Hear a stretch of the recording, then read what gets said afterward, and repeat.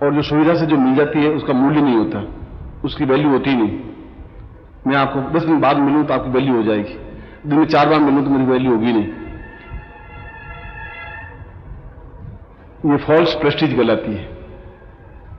False Prestige का मतलब है कि डॉक्टर की प्रैक्टिस नहीं चलती हो किसी वैद्य की, तो कमरे में बैठा रहेगा, बाहर मरीज बैठा रहेगा, डॉक्टर साहब बहुत बिजी हैं, डॉक्टर साहब बहुत बिजी हैं, डॉक्टर साहब बहुत बिजी हैं। 1 घंटे बाद आप मिलेंगे तो आपको डॉक्टर साहब बहुत महान है, फिर आप तुरंत मिल लेंगे, उस वैद्य से मिल लेंगे। तो गुरु जी भी फॉल्स गुरु जी होते हैं, बहुत मिलते ही नहीं, अंदर बैठे बैठे मक्खी मारते रहते हैं पर मिलते नहीं वो।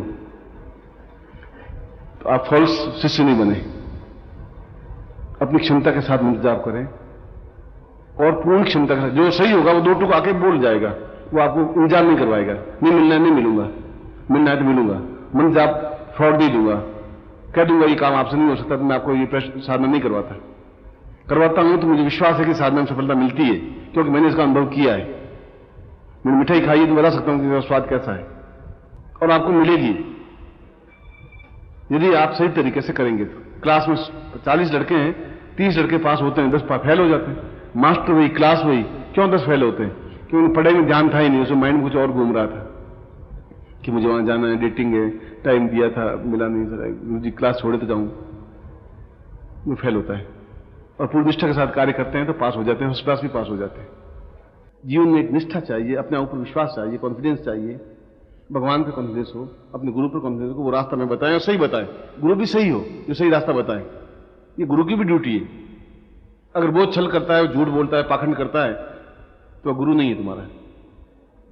और ऐसे गुरु आपको 2 रुपए में 10 किलो मिलते हैं, जाइए बाजार में घूम के ले आइए, हरिद्वार में जाइए थोक के भाव मिलते हैं, मथुरा में चले जाइए, जहां भी जाइए, मगर वो आपको मंदिर के लिए चंदा मांगेंगे, मकान के लिए चंदा मांगेंगे, कुछ आप दक्षिणा मांगेंगे, फीस मांगेंगे और करते रहेंगे काम। उनकी जीवन शक्ति यही है। जो भीख मांगता है वो आपको क्या दे पाएगा? खुद ही मांग रहा है, वो आपको देगा भी क्या? कैसे देगा? इसलिए गुरु पर भी विश्वास होना ही चाहिए, अगर वो सदगुरु है तो। और अपनी जो साधना करवा रहा हूं उस पर भी विश्वास आपको होना चाहिए कि मंत्र सही है। मंत्रे तीर्थे दुजे देवे देवज्ञे भेषजे गुरु, यादृशी भावना यस्य तादृशी फलितम मया। मंत्र में तीर्थ पर, देवताओं पर, डॉक्टर पर अगर आपको विश्वास नहीं है तो आपको कोई दवा लाभ दे ही नहीं सकती। विश्वास करना पड़ेगा। वो गोली जो दे रहा है, फिर आप सही है, खराब है, मर जाऊंगा, जिंदा रहूंगा, तो आप गोली नहीं खा सकते, टेबलेट नहीं, इंजेक्शन नहीं दे सकते, आप डाउटफुल हो जाएंगे। या उस पर विश्वास करिए या मत करिए। याद रखिए, जितनी आपका भावना है उतना ही फल मिलेगा। 10% आपकी भावना, 10% फल मिलेगा। या तो पूरी तरह समर्पित होइए, पूरा विश्वास कीजिए, या बिल्कुल मत कीजिए, बीच में मत रहिए। और बीच में रहने पर सफलता नहीं मिल पाती।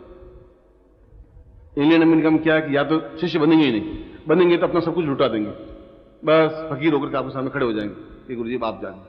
वो बीच में नहीं रुकते, और आप दें नहीं दें, करें नहीं करें, होगा कि नहीं होगा, शायद हो, चलो कर लेते हैं, देख लेते हैं, उम्मीद तो नहीं है। एक तो यहां गड़बड़, फिर आपकी पत्नी या पति आपके महान शत्रु कि तुम क्यों बर्बाद हो रहे हो, इससे कुछ नहीं होना, दुकान पर बैठो, 2 गज कपड़े फाड़ोगे तो ज्यादा अच्छा रहेगा, ये क्या चक्कर में पड़ गए हो, ये रोज घी क्यों जला रहे हो, वो प्रबल शत्रु पक्की। अब तुम छुप के करो साधना कि चलो इसको मालूम नहीं पड़ेगा, तुम करें। अब तुम फ्री माइंड में हो ही नहीं पाते। कई पति ऐसे होते हैं जो पत्नियों को मतलब घास फूस समझते हैं। ये तो एक भावना है, इसलिए आपको गलत काम नहीं कर रहे हैं। मैं आपको गलत काम सिखा नहीं रहा हूं, शराब पीना नहीं सिखा रहा हूं, बीड़ी पीना नहीं सिखा रहा हूं। मैं आप कह रहा हूं आप करिए, सफल नहीं मिले तो मैं जिम्मेवार हूं, 100% जिम्मेवार हूं, क्योंकि मैं वही बात कहूंगा जो मैंने अनुभव की है। अगर मैं अनुभव नहीं करता तो मैं आपको नहीं बताता। मगर एक बार जब मंत्र बिल्कुल हृदयस्थ हो जाएगा, हृदय पे, चित्त पे अंकित हो जाएगा, और पूर्ण श्रद्धा विश्वास के साथ हृदय पर अंकित होगा, और गुरु आज्ञा पालन के साथ होगा, तो सफलता मिलेगी ही मिलेगी। क्योंकि जो बोलने वाला है, जो गुरु है, जो आपको मार्ग दिखाने वाला है, वो चाहे तपस्वी हो, चाहे सन्यासी हो, चाहे योगी हो, चाहे कोई व्यक्ति हो, वो अपने आप में उन सबके लिए एक नाम रखा गया है जिसको गुरु कहा गया है। वो चाहे सन्यासी वेश में है, चाहे गृहस्थ वेश में है, चाहे अवघड़ वेश में है, चाहे वेश तो धारण कोई लंगूटी धारण किया हुआ है या 20 कपड़े पहने हुए हैं, यह महत्वपूर्ण कपड़ों का नहीं है। चाहे हरिद्वार पे रहने वाला है, चाहे जंगल में रहने वाला है, चाहे शहर में रहने वाला है, यह है कि इन समस्त अलग अलग, चाहे धर्म माने, चाहे संप्रदाय माने, चाहे किसी भी ईश्वर को माने, चाहे कोई भी हो, मगर वो गुरु है। इसीलिए कोई भी साधना में सफलता तब तक नहीं मिल पाती जब तक उनकी आज्ञा का पालन हम नहीं करें। और गुरु वैसी ही आज्ञा दे जो शिष्य के हित में हो, अपने हित में आज्ञा नहीं दे। ऐसा नहीं गुरु अपने हित में आज्ञा दे। यह भी शास्त्रों में मर्यादा है कि शिष्य के हित में आज्ञा दे और शिष्य उसका पालन करे। वो आज्ञा दे, वो पालन करे, मगर वो आज्ञा दे उनके हित में कि तुम्हारे लिए अनुकूलता यह है। तो वो देख परखता रहता है कि आज्ञा मानता है कि नहीं मानता है। यदि आज्ञा मानता है तो सही शिष्य है, इसको मुझे और आगे अग्रसर करना है। यदि आज्ञा नहीं मानता है तो ठीक है, ये अपने पाप कर्मों की वजह से खुद ही दुख भोगता है और भोगता रहेगा, सफलता इसको नहीं मिल सकती। क्योंकि साधनाओं में बुद्धि, चालाकी, धूर्तता, मक्कारी ये नहीं चल सकती। साधनाओं में तो एक विश्वास चल सकता है, एक आस्था चल सकती है, एक भक्ति चल सकती है, एक प्राणों से जुड़ाव चल सकता है और आज्ञा पालन चल सकता है। यह दोनों अलग अलग रास्ते हैं। यदि सांसारिक जीवन में जाएंगे तो आपको चतुराई भी बतानी पड़ेगी, बुद्धि भी बतानी पड़ेगी, होशियारी बतानी पड़ेगी, कला भी दिखानी पड़ेगी। वो एक अलग क्षेत्र अलग है। यह क्षेत्र जो साधना का क्षेत्र है, जो जीवन का आवश्यक है, क्यों इन समस्याओं से मुक्ति पानी है हमें, इसके लिए गुरु हो और उसकी आज्ञा पालन हो। गुरु ने कहा कि तुम्हें यह कार्य करना है तो फिर वो कार्य करे। यदि उसने तर्क किया तो गुरु समझ लिया कि ये अभी स्थिर नहीं है, इसका मन स्थिर नहीं है, ये सफलता नहीं पा सकता। क्योंकि जब इसका मन स्थिर है ही नहीं तो मेरी आज्ञा का कोई पालन करने का मतलब ही नहीं होगा। मैं तुम्हें कहूंगा कि आप लेफ्ट साइड से जाएंगे, कनाट प्लेस जाएंगे और आप रोहिणी की ओर निकलते रहें, आप आज्ञा पालन नहीं करें तो रोहिणी में आप 200 मील जाने पर भी आपको कनाट प्लेस नहीं मिल सकता। कनाट प्लेस मिलने के लिए तो उनकी आज्ञा का पालन करना ही पड़ेगा तुम्हें कि भाई इस साइड से जाओगे और वजीपुर डिपो से आप राइट टर्न मोड़ोगे, पंजाब बाग आएगा, यूं जाएगा, जो भी रास्ता है, यूं रास्ता उसको बताए, उस रास्ते से चलेगा तभी उसको सफलता मिल पाएगी। अब वो नहीं माने, वो कहते गुरु जी ने इधर कहा, मैं इधर चलूंगा, मैं नहीं मानता, तो उसको पूर्णता, सफलता, श्रेष्ठता, उच्चता और दिव्यता और तेजस्विता और जो कुछ वो चाहता है वो नहीं मिल सकता, चाहे वो कितनी साधना कर ले। क्योंकि उसके मन में एक आता है कि आज्ञा तो मानेगा नहीं, इसको मंत्र देने से या कुछ करने से फायदा भी नहीं है, अनुकूलता है ही नहीं, क्योंकि अभी इसका चित्त निर्मल बना ही नहीं।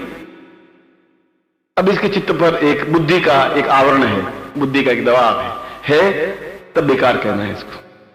या आज्ञा मानता है या नहीं मानता, दोनों में से एक बात। घर में भी है, अगर आप मुखिया हैं और यदि आपकी पत्नी आगे पे आज्ञा नहीं माने, बेटा की दूसरी लाइन पे चले, दूसरा बेटा दूसरी लाइन पे चले, तीसरा बेटा तीसरी लाइन पे चले, तो आपको सोचिए कि आप परिवार को भी नहीं चला सकते। उसके लिए भी उन सबको उनके मतभेद हो सकते हैं, पर आज्ञा पालन लास्ट में तय है कि भाई पिताजी ने कहा है हमें ये काम करना है, इनके घर में नहीं जाना है तो इनके घर में नहीं जाना है, कोई कारण हमारे हैं हम उनके घर नहीं जाएंगे, चाहे चाचा हैं, चाहे भाई हैं, चाहे ताऊ हैं, चाहे एक्स हैं, चाहे भाई हैं, हमें होटल में नहीं जाना है तो नहीं जाना है। तो घर के मुखिया की आज्ञा पालन तो होता ही है, तो गुरु का भी एक आज्ञा पालन तो होता ही है। इसीलिए साधनाओं में सफलता के लिए यह बिल्कुल एक साधारण और सामान्य प्रयोग दिखता है, मगर अपने आप में महत्वपूर्ण प्रयोग है। आज के आदमी के जीवन के लिए तो अत्यंत आवश्यक प्रयोग है। और इसीलिए मैंने कहा कि इसके पहले यह आवश्यक है कि उस व्यक्ति में एक आज्ञा पालन बने, ये निश्चय करे कि उन्होंने मुझे मंत्र दिया है, मुझे मंत्र का पालन करना है।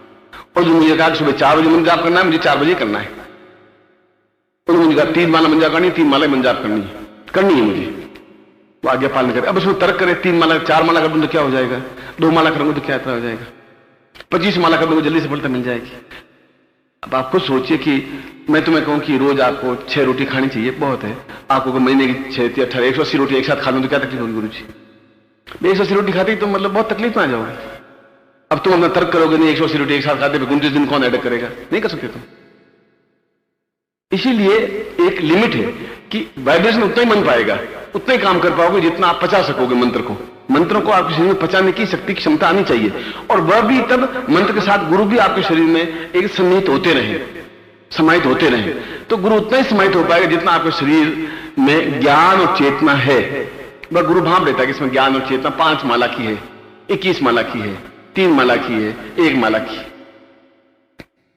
इसीलिए यह प्रयोग प्रत्येक प्रकार की साधनाओं में, चाहे मैंने कहा आध्यात्मिक 2 पक्ष है हमारे जीवन के, एक भौतिक पक्ष है, भौतिक में शरीर आ गया, धन यश मान पद प्रतिष्ठा ऐश्वर्य सब आ गया।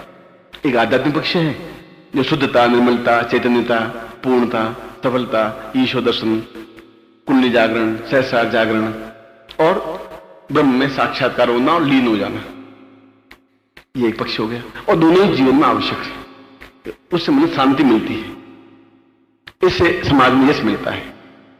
इसे दोनों का समन्वय, इसलिए अलग अलग साधना दी है, मगर दोनों प्रकार की साधनाओं में सफलता के लिए प्रयोग एक ही है। चाहे वो प्रयोग साधना करें तभी इसी प्रयोग से प्रारंभ करें, या प्रयोग करें फिर उसके बाद साधना कर लें। ये नहीं आज 20 साल बाद भी, 25 साल बाद भी, 500 साल बाद भी, जिस समय तो आज से 10,000 साल पहले पैदा हुए थे, वो प्रयोग आज भी चल रहा है और लोगों ने सफलता पाई। और मैं खुद इस बात का साक्षी हूं, इसलिए आज आपको ये प्रयोग दिया है, बता रहा हूं। और सामान्य सिंपल, उन्होंने कहीं जटिलता इसमें नहीं बरती, तो ऐसा आपको उलझाया नहीं, सीधा सल कहा कि इसके बेस एक ही है कि आपके जीवन में गुरु होना चाहिए, उनकी आज्ञा पालन होना चाहिए, बस बेस इतना ही रखा है। और फिर गुरु के लिए भी बेस रखा कि आप आज्ञा देंगे तो शिष्य के हित में देंगे, बस खत्म। अपने हित में नहीं देंगे, ये नहीं कहेंगे कि आप मुझे ये काम करें, ऐसा नहीं, शिष्य के हित में देंगे। और शिष्य का हित इसमें है कि वो आज्ञा पालन करे ही। अब देखिए, आप वो करे तभी सफलता मिल पाएगी, नहीं करे सफलता नहीं मिल सकती उसमें। क्यों नहीं करता ही उसमें बुद्धि उस पर आगे हो जाएगी, बुद्धि आगे होते ही और सारा किया धरा पानी मिल जाता है, और गुरु के मन में संशय पैदा हो जाता है कि ये शिष्य नहीं बढ़ सकता, नहीं कर सकता कुछ भी, क्योंकि मानेगा ही नहीं तो फिर मैं इसको कितनी बार समझाऊंगा और कहूंगा भी क्या, और क्या फायदा भी होगा, क्योंकि तर्क इसमें नहीं चल सकता। इसमें तो केवल श्रद्धा चल सकती है, तर्क और श्रद्धा दोनों अलग अलग चीज है। तर्क दुकान से कर सकते हैं कि 20 रुपए आप बता रहे हैं, 20 रुपए नहीं है या 15 रुपए का भाव है, आप देखिए मैं 16 रुपए ले रहा हूं, यहां तक तो वहां तो चल सकता है तुम्हारा, पर मंत्र में तर्क कहां से चलेगा? मंत्र में श्रद्धा होगी कि गुरु हैं, चाहे वो लंगोटधारी है, चाहे जंगल में रहने वाला है, चाहे शहर में रहने वाला है, चाहे आदमी है, चाहे औरत है, चाहे वृद्ध है, चाहे बड़े गुरु है जिसमें ज्ञान है, और वह मेरे हित में आज्ञा दे रहा है और मुझे उस आज्ञा का पालन करना है। कोई भी साधना, अगर साधना नहीं है तो जीवन है भी नहीं।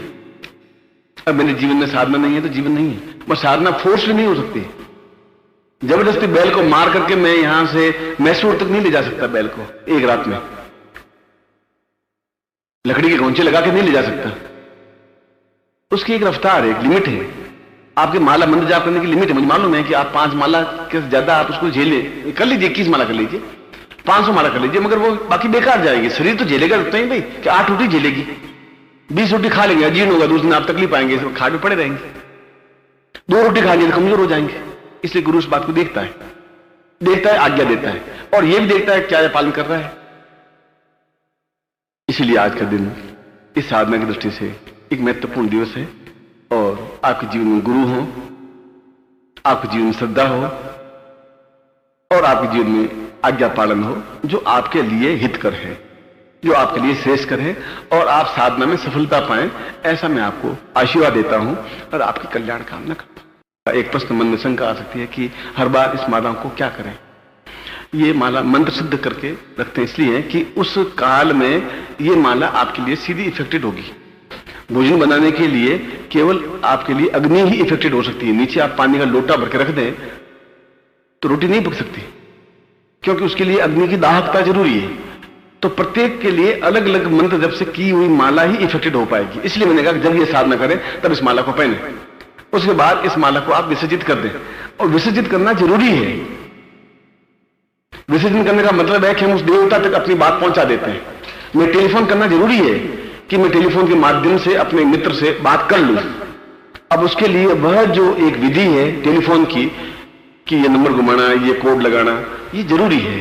तो इस साधना में इससे कनेक्टेड जो एक गोपनीय प्रयोग होता है वह उस माला में सम्मिलित किया जाता है कि आप इतनी बड़ी प्रयोग नहीं कर पाएंगे 20 दिन का, तो वह माला में सम्मिलित कर लिया जाता है। वो माला उस साधना के लिए फिर आपके लिए आवश्यक है। उसके बाद उस माला को प्रोवाइड कर देना चाहिए। प्रोवाइड करने से जल देवता है, वरुण देवता है, वो अपने आप में आपकी कार्य सिद्धि के लिए उन देवताओं से अपने आप संबंधित स्थापन कर लेगा। वह कोड नंबर जो है 0291 वह उपग्रह अपने आप जोधपुर से कनेक्टेड कर लेगा। मुझे जोधपुर से कोई तार नहीं जोड़ना है, ये माला अपने आप उस देवता से संबंधित बना देगी अपना। मेरे कहने का तात्पर्य यह है। इसलिए माला पहले मंत्र सिद्ध करके ही रखनी पड़ती है। उसके बाद जब प्रोवाइड करेंगे ही नहीं तो वहां तक चीज पहुंचेगी नहीं तो सफलता मिलेगी नहीं। हम लालच करते हैं कि क्या करें, इसलिए प्रोवाइड कर देना। त्याग वृत्ति, त्याग का मतलब है ऐसा नहीं, त्याग वृत्ति का मतलब है यह एक तरीका है, श्रेष्ठता है, यह क्रम है। इस क्रम के अनुसार चलेंगे तभी सफलता मिल पाएगी। ओम परम तत्वाय नारायणाय गुरुभ्यो नमः। ओम ह्रीं मम प्राण देह रोम प्रतिरोम चैतन्य जाग्रय ह्रीं ओम नमः। ओम भूर्भुवः स्वः तत्सवितुर्वरेण्यं भर्गो देवस्य धीमहि धियो यो नः प्रचोदयात्।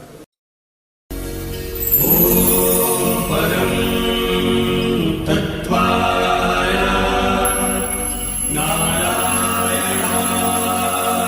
गुरुभ्यो